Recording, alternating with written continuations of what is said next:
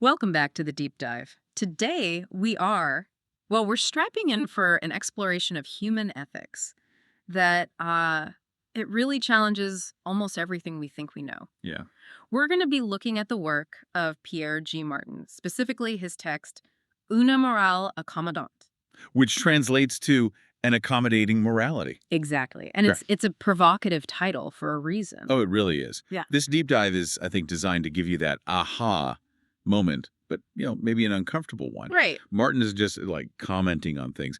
He is putting forward this pretty radical idea that just flips the whole relationship between what we do and why we think we do it. So if you came here today looking for reassurance that your morality is this, fixed, sturdy compass. Yeah, you might be in for a surprise. Mm. Martin's basically saying that rule book is written in pencil, Mm. and you're the one doing the editing. Yeah. Situation by situation. And that really is the mission for today, for you listening, to really grapple with this idea. Is your morality a guiding principle, or is it just a rationalization system you pick up after the fact? He doesn't pull any punches. He Yeah. starts with these two foundational claims that, if you accept them, the whole traditional model of ethics just kind of shatters. Okay, so let's unpack this right away. Let's get into it. Thesis number 1. This is his big statement on human motivation. Mm.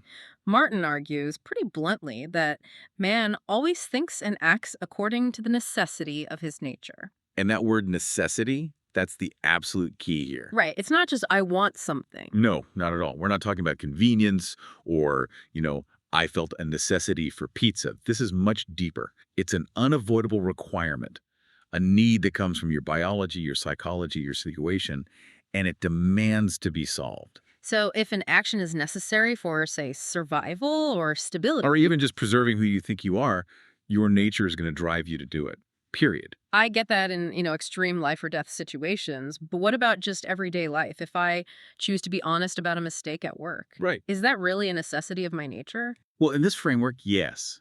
But the necessity can be subtle. It might be the necessity of keeping your reputation intact, Ah, okay. or the necessity of avoiding the psychological stress of having to maintain a lie, or, the necessity of just fitting in with your team so you don't get pushed out. So it's about social survival, too. Exactly. If it's a fundamental requirement for you in that moment, it becomes the necessary action. And that leads directly into the second thesis, which is the consequence. Mm. And this one is, it's the real gut punch to how we normally think about this. It is. Because if man only acts on necessity, then he never lives according to a morality that's like external or fixed. So Instead, he chooses a morality conforming to his necessity. wow, so the whole thing is inverted. Completely. We don't say, my morals forbid lying, so I have to tell the truth. No. We say, my situation necessitates telling the truth, maybe to save face or avoid bigger trouble later. Mm-mm. And therefore, I'm going to grab the moral framework that says honesty is the best policy right now. The necessity always comes first. Always. It's the ultimate post hoc justification.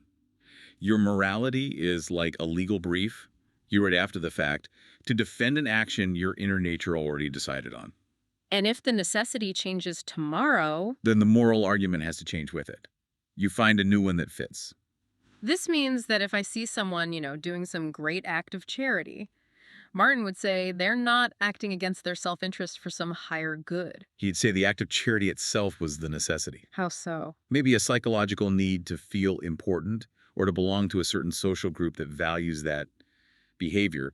The morality just gives it a nice name. That really strips the nobility out of it. It basically denies that genuine self-sacrifice even exists. It does. It suggests that morality isn't the thing making the decision. It's just the language we use to call the necessary decision good.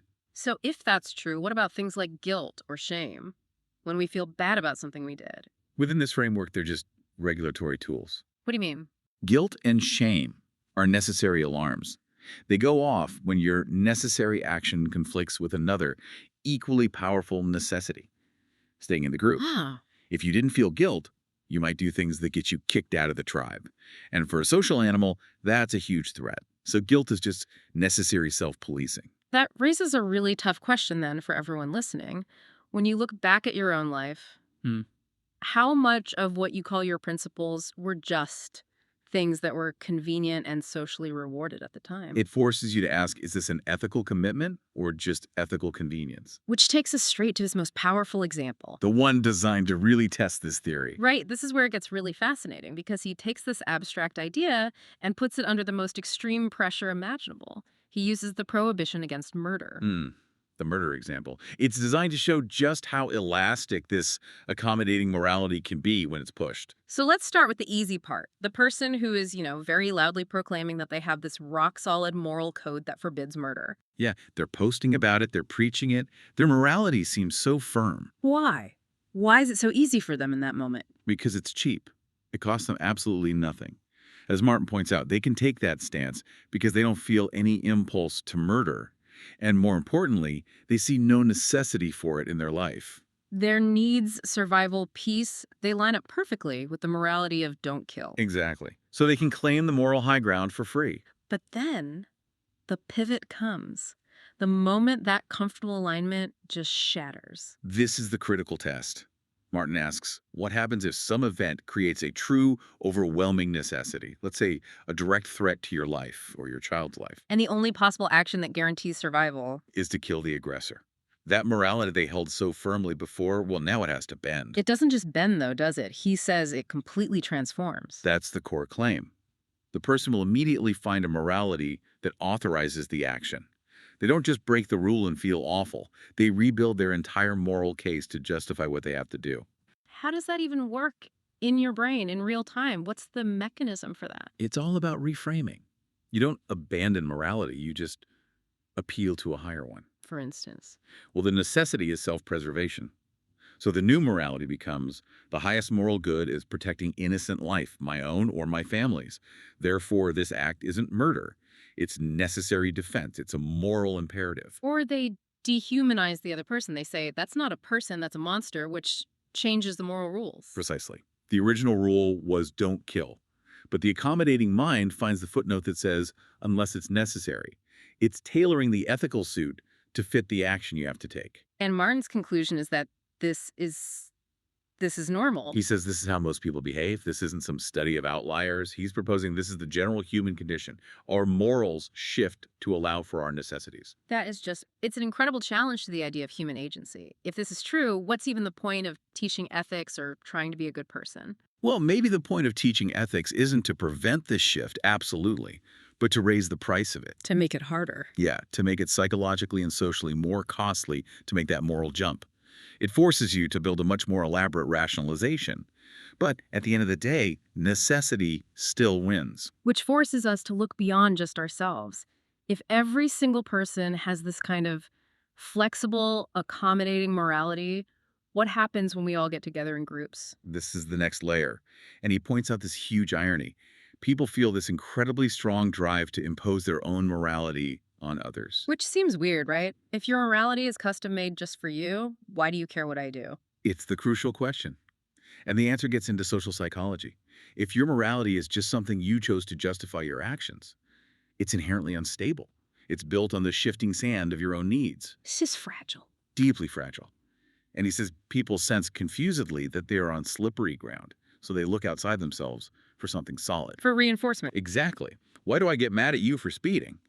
It's because if you also adopt my anti-speeding morality, and our neighbors do too, then suddenly my choice feels less like a personal preference and more like an objective, universal truth. So trying to control other people's morals is really about managing my own insecurity. That's the argument. It's less about the purity of the rule and all about the need for external validation. The act of getting other people to agree with you, or just joining a group that already agrees with you, it acts to reassure you. It provides the comforting illusion of objectivity that your own personalized ethics could never have on its own. So the person who's always acting as the moral police, the crusader, Might just be the person who is most subconsciously terrified that their own moral ground is about to shift under their feet. They need the group to hold the line for them. it's a very sharp analysis of why people can be so rigid. They're using the group as a kind of psychological anchor. If everyone else starts behaving according to my necessity-driven moral code, then my code must be real. It must be true. And that raises such an important question for you, for anyone watching what's happening in society today. Does this intense desire for moral consensus, The drive to enforce and judge and call people out. Does it say more about our own insecurity than it does about our certainty of what's right and wrong? It suggests we should maybe see moral outrage not just as a sign of virtue, but as a potential symptom of profound anxiety. The louder the need to control others. The weaker the individual's private conviction might actually be. This has huge implications for how we look at social and political movements where group identity is so tied to moral conformity. Yeah, the group stops being just a place to belong. It becomes a factory for manufacturing the illusion of a fixed, objective morality. It gives the individual the structure they need to not feel the instability of their own subjective choices all the time. Right. The necessity shifts from what do I need to survive to what does the group need to survive? Mhm. And the morality shifts right along with it to authorize whatever that is. So, what does this all mean for us as we wrap up this deep dive? It feels like Martin is forcing us into this complete reversal of how we think. It is a fundamental inversion. Yeah. The hypothesis is that our moral codes aren't these external guides we struggle to follow. They're internal, flexible tools that bend and adapt to the necessities of our nature. It's a call for a kind of brutal intellectual honesty, isn't it? I think so. It asks us to stop just labeling our actions as good or bad and start asking the harder question. What was the underlying necessity, biological, psychological, social, that actually drove this decision? And that leaves us with one final provocative thought for you to chew on. If morality is really chosen according to necessity, and we use groups to reassure ourselves of that choice, what happens when individual necessity and the group's necessity start to clash? We know the group provides comfort, but how quickly can that group pressure change the very definition of what counts as a necessity, making a simple want or a desire feel like an unavoidable requirement, just because everyone around you agrees that it is?